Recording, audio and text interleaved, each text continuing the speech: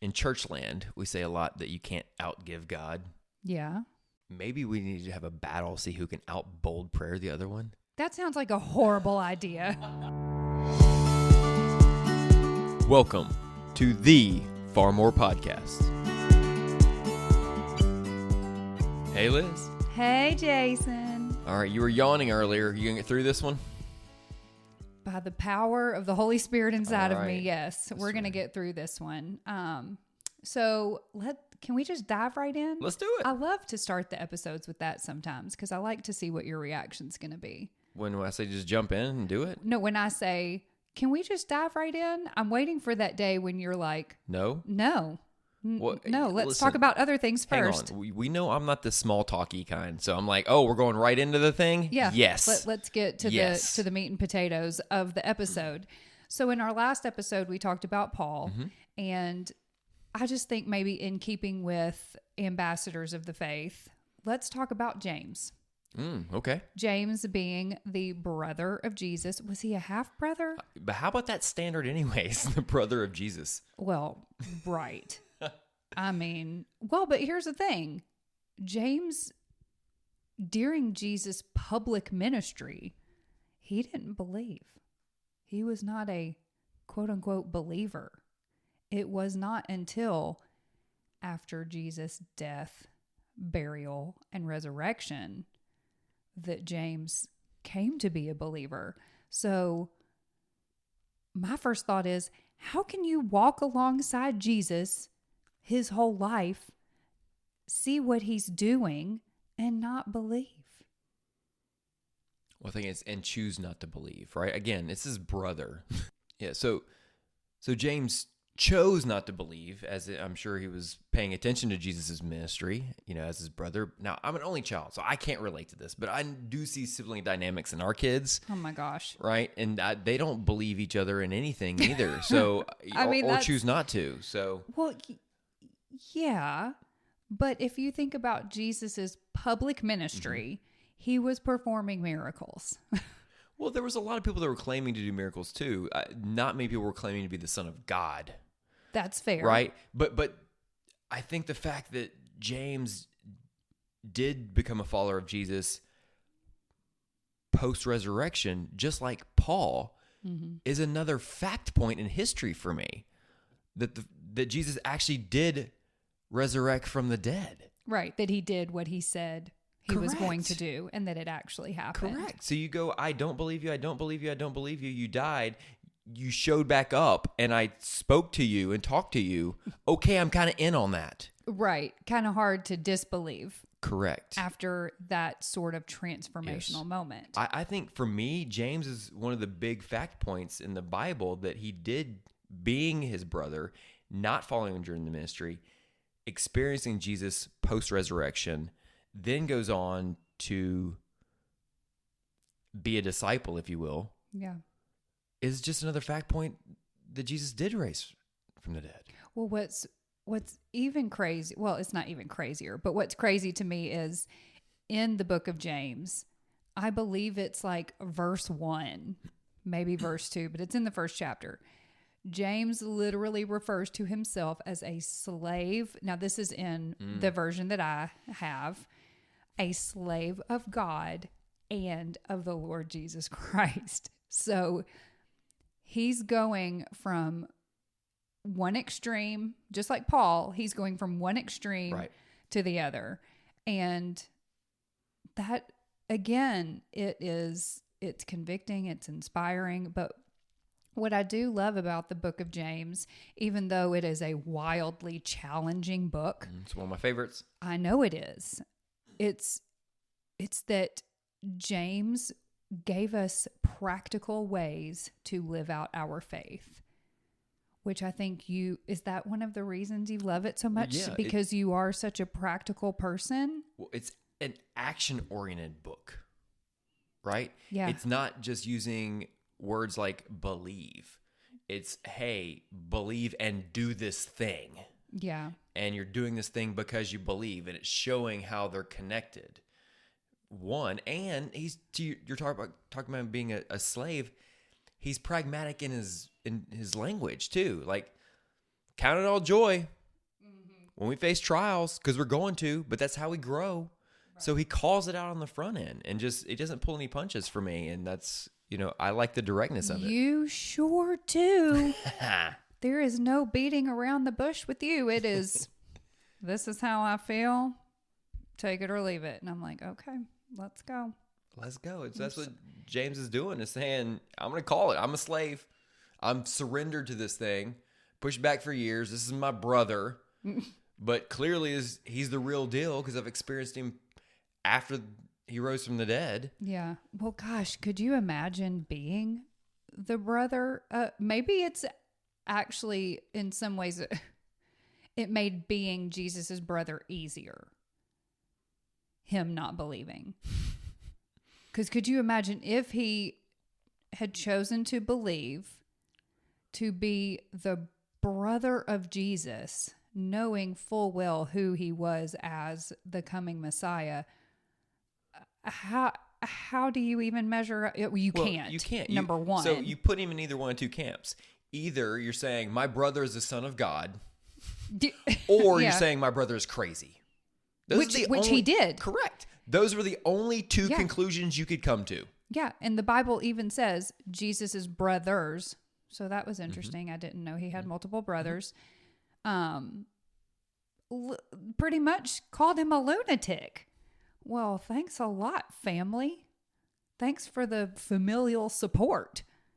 I think that James, he came around, but he had to see and witness the resurrection in order to do that.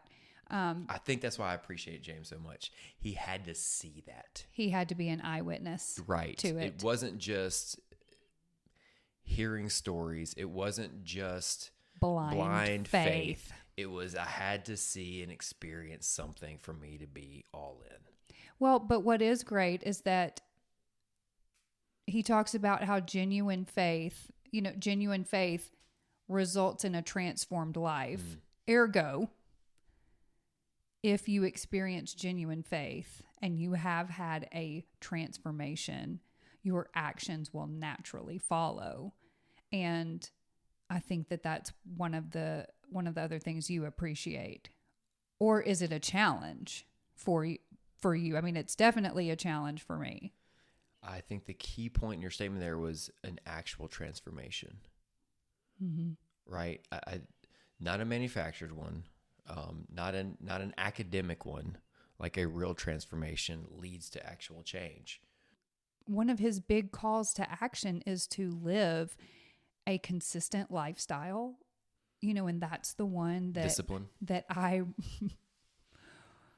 rub up against and bristle. You said, say more. Did y'all hear him? He went, Say That's more. That's usually a wife move. That's usually a wife play to go, That was my inside voice. I didn't know that came out. No, it did. It came out, girl. I struggle. You said, say more. Okay, I'll say more. I'll throw myself under the bus. I struggle with consistency, and I have tried to get to the root. It's just part of my sin nature, I guess, is to give in to temptation, to give into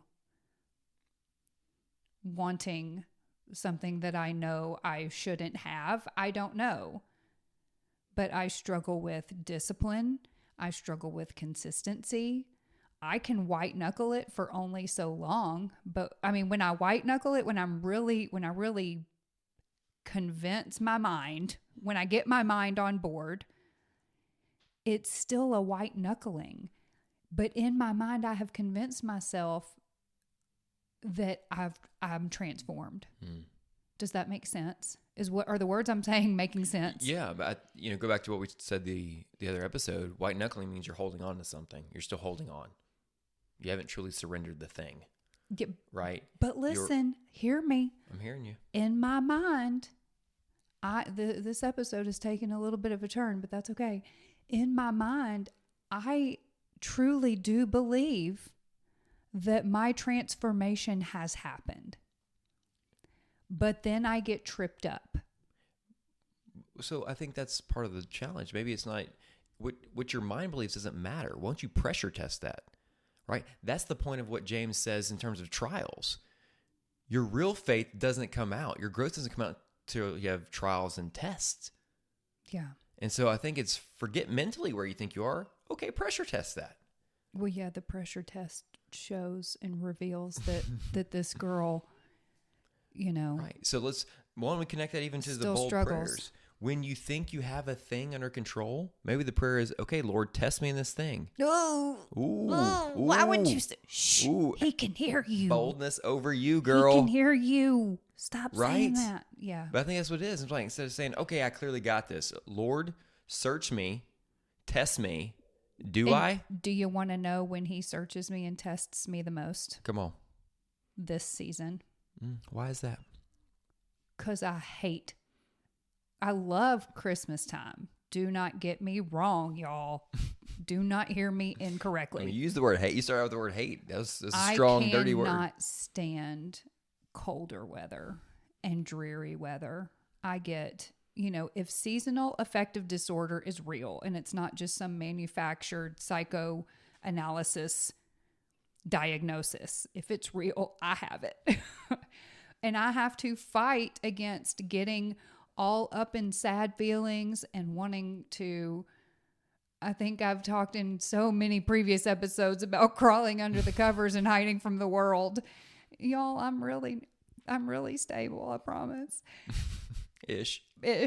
But I struggle so much in this season every year and I think you just saying that this is when I am pressure tested, because I thrive and I do really, really well during the warmer, sunnier months. But maybe that is me unknowingly white knuckling it. I don't know. I'm not even going to pretend to know. But when this season comes, literally season, the fall and winter season, when it comes, maybe that's my pressure testing and I'm failing. I'm failing every year. And I do truly, in my heart of hearts, deep, deep down, I do want to live a consistent, disciplined life. I do. Or I think I do. Are you willing to put in the hard work to do that? No. Well, then you don't want to. What do you mean? But I do. I want you to. want to want to. Yes, I want to want to. I girl. want to. And, trying to bring James back into it, he says, it is a practical book. And he says, live a consistent life. But he makes it sound too easy.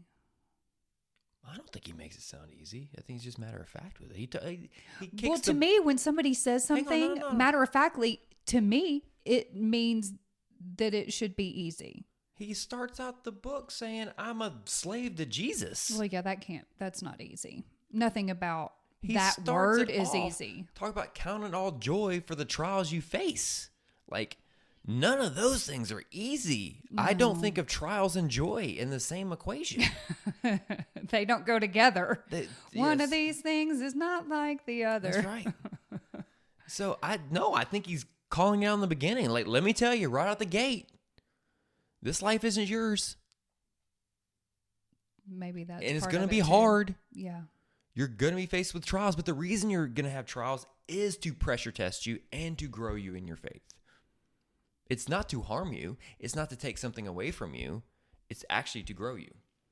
Well, that's a good point, because I think a lot of it maybe I view as something is being taken away. Mm-hmm. Something is being taken away from me.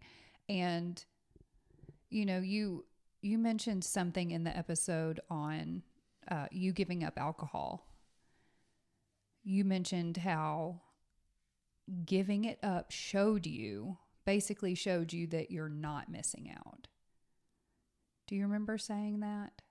Or am I actually making that up? No, it showed me a couple of things. It showed me now being removed from it. It showed me that I'm not actually missing out, because I've learned how to navigate my life differently. Okay. Early on, it was harder. But what it really showed me is it's a snowball effect. That when I'm willing to surrender something, the next thing to surrender becomes easier. Yeah. That's really that's the bigger thing is showing me that it's a That you momentum can game. surrender. Correct. It's a momentum game as you start surrendering more and more and more. Well, I do want you to know that when you said that, because I don't think I've told you this, and so I'll tell you right now. Oh, on the episode, goody. it really was inspirational. Like you really were speaking to me. I think God was speaking through you to me in that moment. Like I'm gonna tear up just a little bit. You okay, girl? No, I guess Okay. not. But it just, when you said that, I was like, okay, girl, you're not actually going to miss out on anything when you surrender, or you're not going to, okay. Let me Hang back. on. Can I separate something though? Yes. There's a difference between missing out and not having the craving. Those are two very different things. Oh yeah. I know that it's Right. still going to be there. I had an incredible event this week at a distillery. Yeah. Yeah. And all the bourbony things look amazing. Did they It have was beautiful. Did they have a halo It was around amazing. them? The bottles, the wrappers, like everything looked was so amazing. beautiful. And everything Yeah. in my soul wanted to go, let me just get one of those on the rocks. Yeah. Because it looked fantastic. Yeah. Like that doesn't go away. I think we believe that the craving and the urge and the drawn to the thing is going to go away. It's not. Yeah, and I don't believe that. So I do, but thank you for that clarification because there might be people out there who were like, well, if I've given this thing over and I've surrendered and it's been years since I've had it, then I shouldn't have. I know that that's not the case because hello, sin. The sin nature is always there. I think what I mean is it was inspirational in that, number one, giving over of that thing does lead to more confidence in giving over the next thing, but that there will be freedom. I think that you have experienced freedom from surrender. And I want that so badly. Well, but also understand what I had to do is make a hard choice of the answer is no.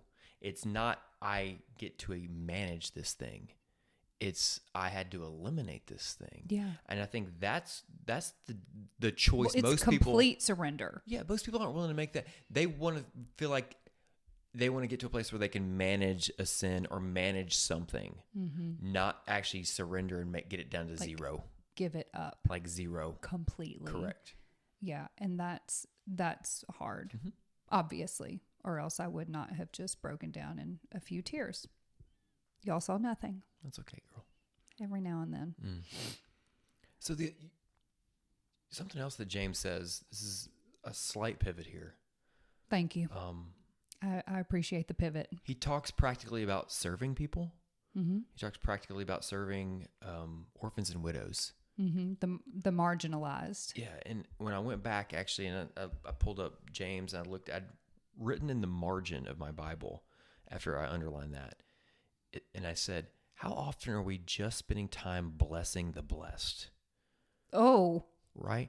And I think about that in a holiday season of all of our holiday parties, all these things that we're doing at events. Yeah. You know, whether you have a bunch of people over your house and all the money we spend on presents, how much time do we spend blessing the blessed? All of it. Most of it. Most of it. And so that was a very convicting and practical thing that happened like 10 minutes ago before we jumped into this, because I just happened to flip that up and see that in the margin of my Bible. And so I do want to carry that into the season of just being aware of how often are we blessing the blessed, and are we doing that in a quid pro quo fashion, meaning we're doing that for people that could also do the same thing for us. And it becomes reciprocal. The cycle we get into is, I'm going to do this thing for you, and you can do this thing for me. And so I'll feel good when I do it. Then you get to feel good when you do it. Right. And that's how we keep ourselves self-gratiating there. We keep ourselves trapped in the we actually do nothing cycle. Yeah. One of the things he talks about, and I struggle with this a little bit, he talks about not judging or criticizing others. And when we say others in this this context? Other believers? Other believers. But he also talks about how when we see another believer, I'm going to use the phrase steeped in sin, that we're supposed to bring them back. So I'm a little like... So your struggle is, how do you do that without judging them? Yeah, like, what's the difference?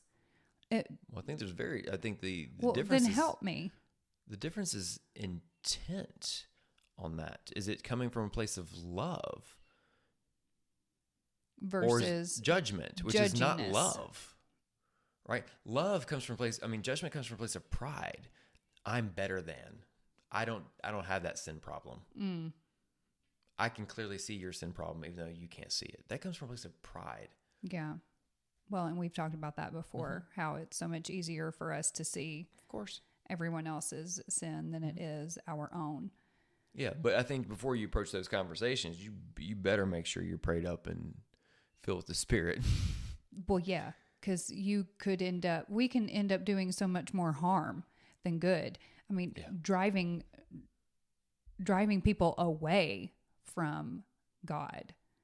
And because unfortunately, we associate God's people with, I don't know how to say this the right way.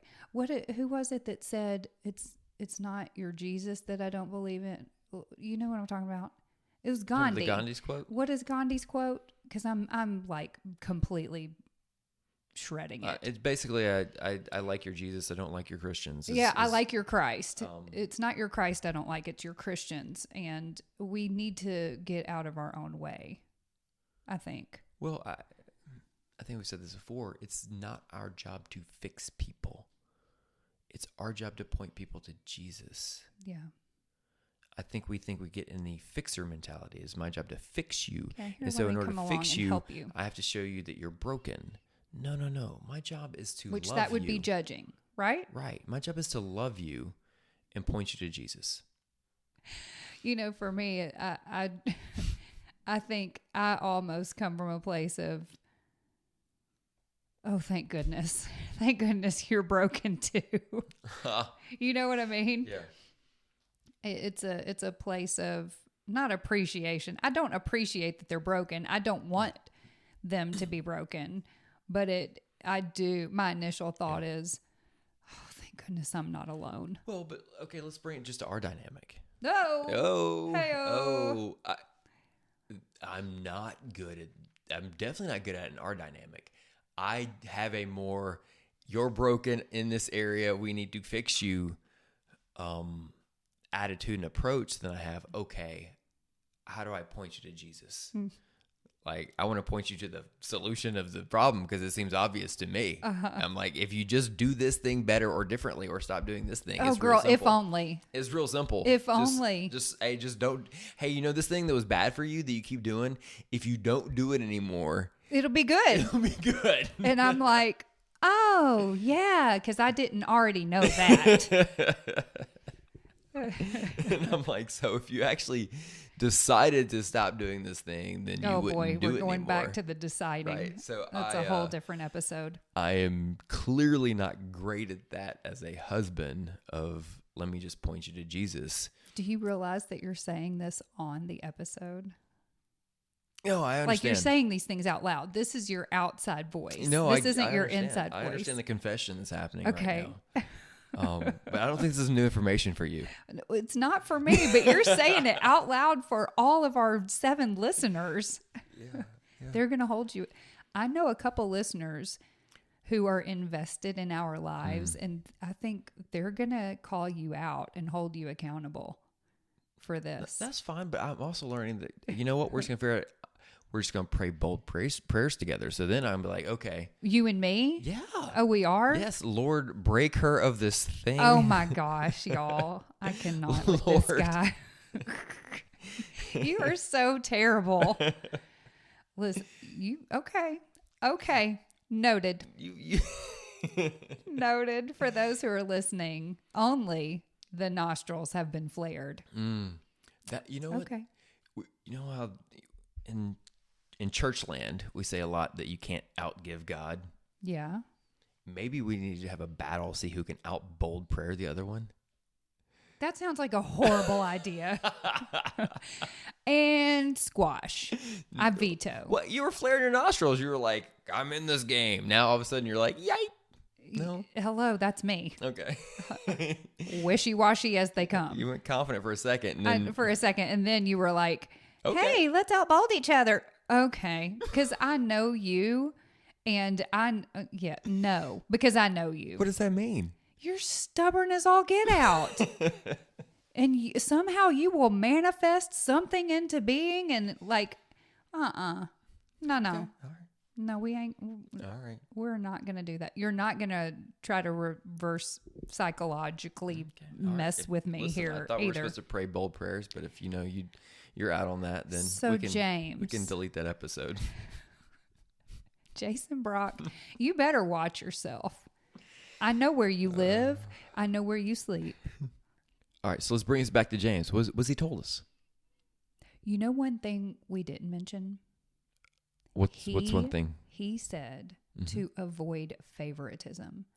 And I think specifically based on wealth, social standing, and I think too often we do that in church. So we have that. There's a word that embodies this, and it's cliques. I think that, and that also ties into the not being in harmony with one another because we are divided inside of the church. And Well, part that of that is also from was tied favoritism. to his passage of blessing the blessed too.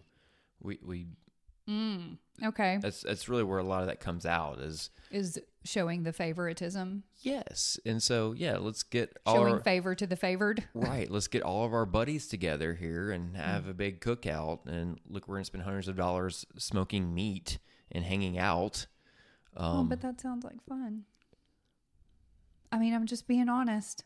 It does. It sounds like fun. But we're not called to fun necessarily. Are you sweating? You okay? I'm okay. Okay. Well, everything's fine. your face doesn't seem excited about this. Like I think It's not that I'm not. I don't know what it is. You are. What's interesting on this episode is you seem to have a lot more tension on this episode.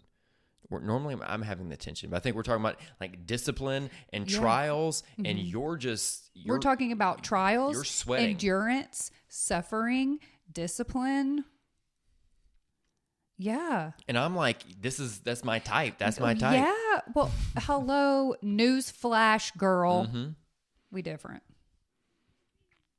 When it comes to being loving and being patient and showing kindness, that's where I'm in more my wheelhouse. What are you trying to say? When it comes to discipline and running the race full out all the way to the finish line, a consistent lifestyle, this is where I struggle, and this is not a newsflash. You know this. So of course I'm going to be a little bit more anxious during this episode. But there's a difference between struggling with it and like being against it. Like I'm not against loving others.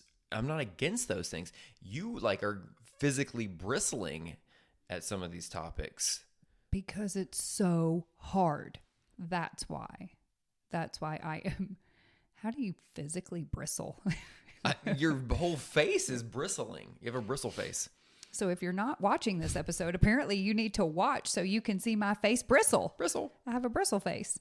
Yeah, it's hard. That's why.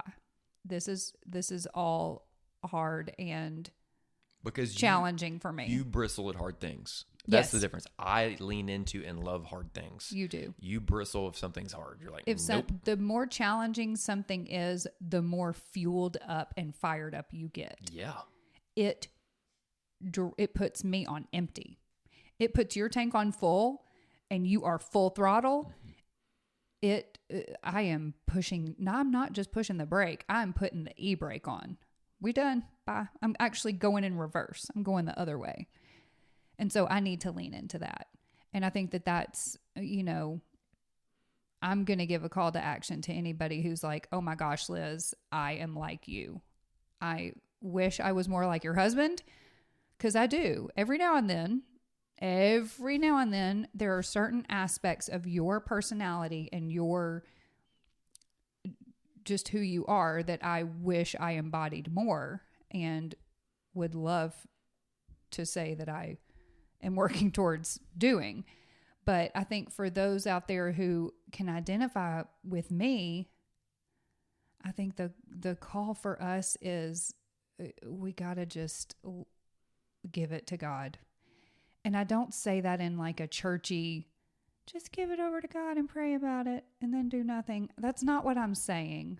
But what I am saying is that it is a spiritual battle. This would have to be for a whole other episode, but you and I have talked about before. I used to disagree that it wasn't a spiritual battle, that there was something just chemically wrong with me, but which there might be, but we have to recognize it as a spiritual battle, recognize it for what it is. And I don't ask the Lord for help like I should in this area. Well, I think it's two things. It's asking the Lord for help, maybe even asking the Lord to put you in difficult situations that you have to show endurance on, or even you intentionally putting yourself in difficult situations. I mean, we're in the book of James where we're getting pragmatic here. I'm just trying to say, hey, here's some. I could write some practical things up. I if you'd know like. you could. I'm not ready for you yet. I could help. Nope. Okay. I don't want your help yet. I will let you know. And just like in one of the previous episodes, we encouraged y'all to follow along in Jason's journey on something. I can't remember exactly what it was. Y'all can follow along on my journey with this, because this is, I'm just being super honest. This is where I struggle greatly. And I know I'm not alone, y'all. I know that there are many, many, many, many people out there who have this same struggle. And instead of commiserating together, which is not healthy, we need to encourage each other and spur each other on, pray for one another, and encourage each other to do. I can't even say the words. Like you're going to sign up for 75 hard tomorrow, like you're in. How about January 1? We can do that. It can be our If you should do it, you should do it tomorrow. Well, yeah, I don't feel called to do 75 hard. You're not going to necessarily be called. It's not a calling. You just got to put yourself in the situation to do it. I'll pray about that. Boldly? I will too. I'll join in. I love you so much. Y'all, I think we're going to wrap this one up because I'm starting to sweat. Trying to get off the mic fast I now. am trying to get off the mic Let's fast. get out of here. I say it every time. We are so glad you're here. This was a really hard episode for me to record, and it was my dumb idea to talk about James. But there's a reason for it. I know there's a reason for everything. Whatever. Wow. But yeah, I'm real salty about it. But it's okay. The Lord and I are going to work through it. So glad you're here. If you are not following us on social media, please do that. Facebook, TikTok, Instagram, YouTube. We are at Far More Podcast.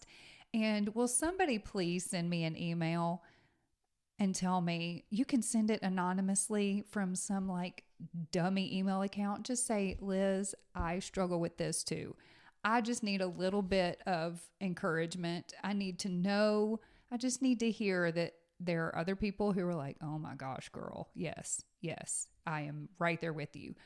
farmorepodcast@gmail.com. We can pray for each other. We can spur each other on, because we do live in community, and we need a community sometimes to just come around us and love on us and lovingly nudge us towards the right way that we're supposed to go. Lovingly, Jason. That was very gentle. Yeah, keep that up. Do more of that. Yes, I like that. So until next time, let's live consistently. Awesome. We'll see you next time. See ya.